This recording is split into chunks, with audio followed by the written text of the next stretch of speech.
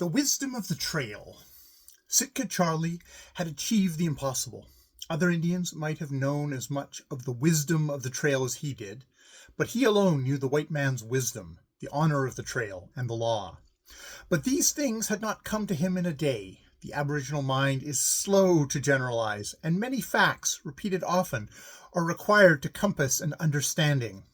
Sitka Charlie, from boyhood, had been thrown continually with white men, and as a man he had elected to cast his fortunes with them, expatriating himself, once and for all, from his own people.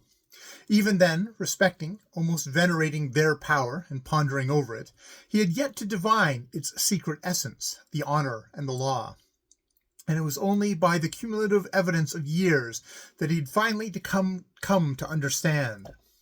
Being an alien, when he did know, he knew it better than the white man himself. Being an Indian, he had achieved the impossible. And of these things had been bred a certain contempt for his own people, a contempt which he had made it a custom to conceal, but which now burst forth in a polyglot whirlwind of curses upon the heads of Chakchute and Galway. They cringed before him like a brace of snarling wolf dogs, too cowardly to spring, too wolfish to cover their fangs. They were not handsome creatures, neither was Sitka Charlie. All three were frightful looking. There was no flesh to their faces. Their cheekbones were masked with hideous scabs which had cracked and frozen alternatively under the intense frost, while their eyes burned luridly with a light which is born of desperation and hunger. Men so situated, beyond the pale of the honor and the law, are not to be trusted. Sitka Charlie knew this, and this was why he had forced them to abandon their rifles with the rest of the camp outfit 10 days before. His rifle and Captain Eppinwell's were the only ones that remained. "Come, get a fire started," he commanded, drawing out the precious matchbox with its attendant strips of dry birch bark. The two Indians fell sullenly to the task of gathering dead branches and underwood. They were weak and paused often, catching themselves, in an act of stooping, with giddy motions or staggering to the center of operations with their knees shaking like castanets.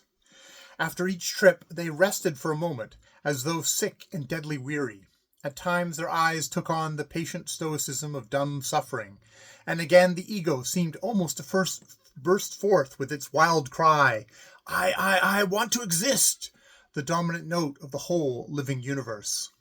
A light breath of air blew from the south, nipping the exposed portions of their bodies and driving the frost in needles of fire through fur and flesh to the bones. So when the fire had grown lusty and thawed a damp circle in the snow about it, Sitka Charlie forced his reluctant comrades to lend a hand in pitching a fly. It was a primitive affair, merely a blanket stretched parallel with the fire and to windward of it, at an angle of perhaps 45 degrees.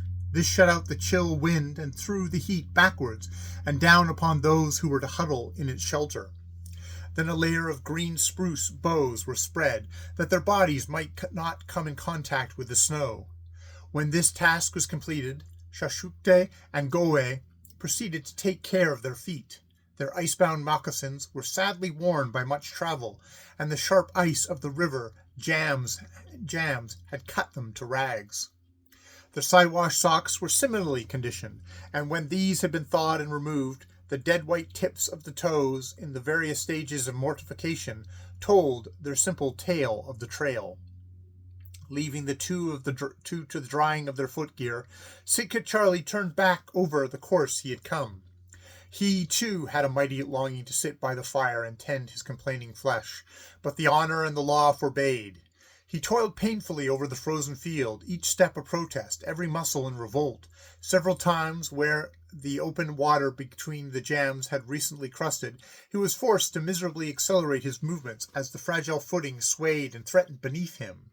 In such places death was quick and easy, but it was not his desire to endure no more. His deepening anxiety vanished as two Indians dragged into view round a bend in the river. They staggered and panted like men under heavy burdens, yet the packs on their back were a matter of but a few pounds. He questioned them eagerly, and the replies seemed to relieve him. He hurried on. Next came two white men, supported supporting between them a woman. They also behaved as though drunken, and their limbs shook with weakness, but the woman leaned lightly upon them, choosing to carry herself forward with her own strength. At the sight of her, a flash of joy cast its fleeting light across Sitka Charlie's face. He cherished a very great regard for Miss Eppingwell. He had seen many white women, but this was the first to travel the trail with him. When Captain Eppingwell proposed the hazardous undertaking and made him an offer for his services, he had shaken his head gravely, for it was an unknown journey through dismal vastness of the Northland, and he knew it to be the kind that try to the utmost souls of men. But when he learned that the captain's wife was to accompany them, he had refused flatly to have anything further to do with it. Had it been a woman of his own race, he would have harbored no objections. But these women of the Southland, no, they were too soft, too tender for such enterprises. Sitka Charlie did not know this kind of woman. 5 minutes before, he did not even dream of taking charge of the expedition, but when she came to him with her wonderful smile and her straight, clean English, and talked to the point without pleading or persuading, he had incontinently yielded. Had there been a softness and appeal to mercy in the eyes, a tremble to the voice, a taking advantage of sex, he would have stiffened to steel. Instead, her clear searching eyes and clearing voice, her utter frankness and tact, assumption of equality, had robbed him of his reason. He felt then that this was a new breed of woman, and ere they had been trail mates for many days, he knew why the sons of such women mastered the land and the sea, and why the sons of his own womankind could not prevail against them. Tender and soft, day after day he watched her, muscle-weary, exhausted, indomitable, and the words beat in upon him in a perennial refrain. Tender and soft. He knew her feet had been born to easy paths and sunny lands, strangers to the moccasined pain of the north, unkissed by the chill lips of the frost, and he watched and marveled at them, twinkling ever through the weary day. She had always a smile and a word of cheer, from which not even the meanest packer was excluded. As the way grew darker, she seemed to stiffen and gather greater strength, and when Chakchote and Goway, who had bragged that they knew every landmark of the way as a child did the skin bales of the teepee, acknowledged that they knew not where they were, it was she who raised a forgiving voice amid the curses of the men. She had sung to them that night till they felt the weariness fall from them and were ready to face the future with fresh hope. And when the food failed and each scant stint was measured just jealously, she it was who rebelled against the machinations of her husband and Sitka Charlie, and demanded and received a share neither greater nor less than that of the others. Sitka Charlie was proud to know this woman. A new richness, a greater breadth, had come into his life with her presence. Hitherto he'd been his own mentor, had turned to the right or left at no man's beck. He had molded himself according to his own dictates, nourished his manhood regardless of all save his own opinion. For the first time he had felt a call from without for the best that was in him. Just a glance of appreciation from the clear searching eyes, a word of thanks from the clear ringing voice, with just a slight wreathing of the lips in the wondrous smile, and he walked with the gods for hours to come. It was a new stimulant to his manhood. For the first time he thrilled with a conscious pride in his wisdom of the trail, and between the twain they ever lifted the sinking hearts of their comrades. The faces of the two men and the women brightened as they saw him, for after all he was the staff they leaned upon. But Sitka Charlie, rigid as was his wont, concealing pain and pleasure impartially beneath an iron exterior, asked them the welfare of the rest, told the distance to the fire, and continued on the back trip. Next he met a single Indian, unburdened, limping, lips compressed, and eyes set with the pain of a foot which the quick fought a losing battle with the dead. All possible care had been taken of him, but in the last extremity the weak and unfortunate must perish, and Sitka Charlie deemed his days to be few. The man could not keep up for long, so he gave him rough, cheering words. After that came 2 more Indians, to whom he had allotted the task of helping along Joe, the third white man of the party.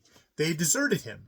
Sitka Charlie saw at a glance the lurking spring in their bodies, and knew that they had at last cast off his mastery. So he was not taken unawares when he ordered them back in quest of their abandoned charge, and saw the gleam of hunting knives that they drew from their sheaths.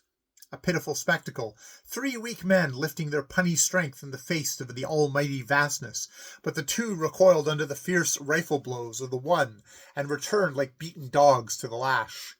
2 hours later, with Joe reeling between them, and Sitka Charlie bringing up the rear, they came to the fire, where the remainder of the expedition crouched in the shelters of the fly. "A few words, my comrades, before we sleep," Sitka Charlie said, after they had devoured their slim rations of unleavened bread. He was speaking to the Indians in their own tongue, having already given the import to the whites. "A few words, my comrades, for your own good, that ye may yet perchance live. I shall give you the law, on his own head by the death of him that breaks it. We have passed the hill of silence, and we now travel the head reaches of the Stewart. It may be one sleep, it may be several, it may be many sleeps, but in time we shall come among the men of the Yukon who have much grub. It were well that we looked to the law. Today Shashute and Galway, whom I commanded to break trail, forgot they were men, and like frightened children ran away. True, they forgot, so let us forget. But hereafter let them remember. It should happen that they do not." He touched his rifle carelessly, grim. "Tomorrow they shall carry the flour and see that the white man Joe lies not down by the trail. The cups of flour are counted. Should they so much an ounce be wanting at nightfall, do ye understand? Today there were others that forgot. Moosehead and 3 salmon left the white man Joe to lie in the snow.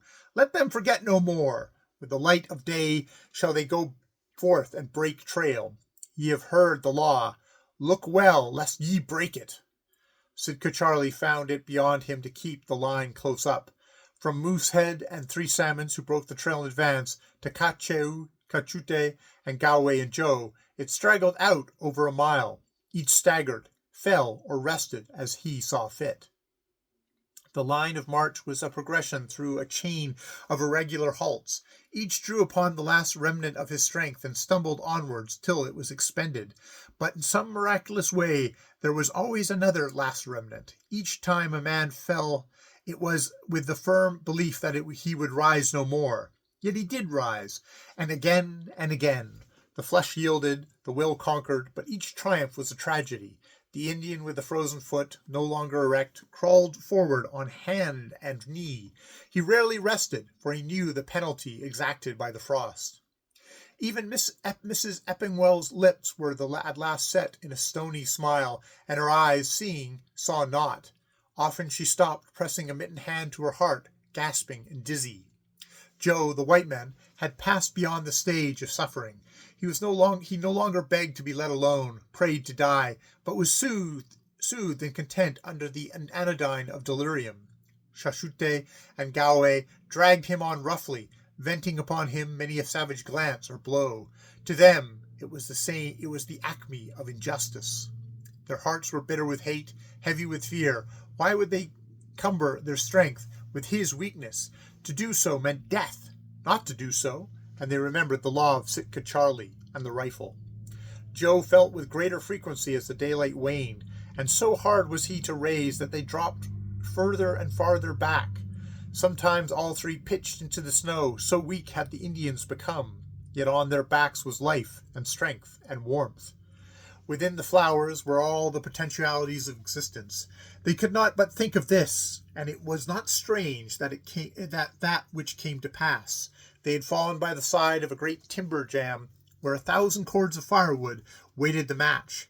Near by was an air hole through the ice. Shashute looked on the woods and the water, as did Galway when they looked to each other. Never a word was spoken. Galway struck a fire. Shashute filled a tin cup with water and heated it. Joe babbled of things in another land, in a tongue they did not understand.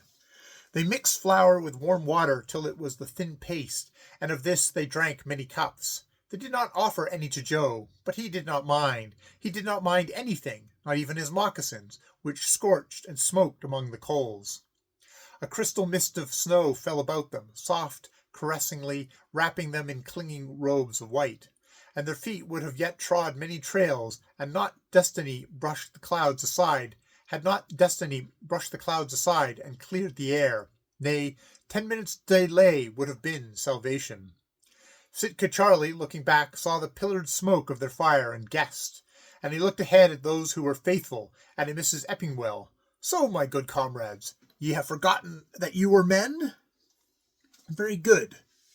There will be fewer bellies to feed. Sitka retired the flour as he spoke, strapping the pack to the one on his own back. He kicked Joe till the pain broke through the poor devil's bliss and brought him doddering to his feet. Then he shoved him out upon the trail and started on his way. The two Indians attempted to slip off. Hold, Gowie, and thou too, Kachue. Hath the flour given such strength to thy legs that they may outrun the swift-winged lead? Think not to cheat the law. Be men for the last time, and be content that ye die for full-stomached. Come, step up, back to the timber, shoulder to shoulder, come. The two men obeyed, quietly, without fear, for it is the future which presses upon the man, not the present.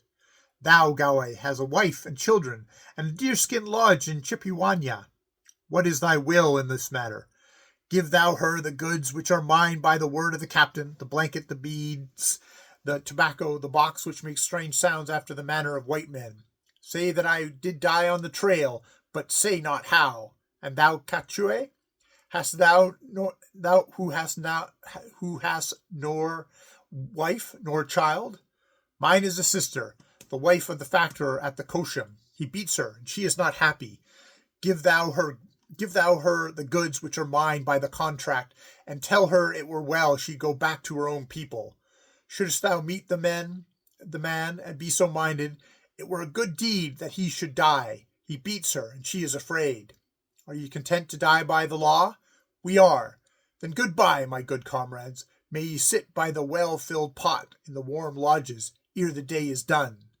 As he spoke, he raised his rifle, and many echoes broke the silence. Hardly had they died away when other rifles spoke in the distance. Sitka Charlie started. There had been more than one shot, yet there was but one other rifle in the party. He gave a fleeting glance at the men who lay so quietly, smiled viciously at the wisdom of the trail, and hurried on to meet the men of the Yukon.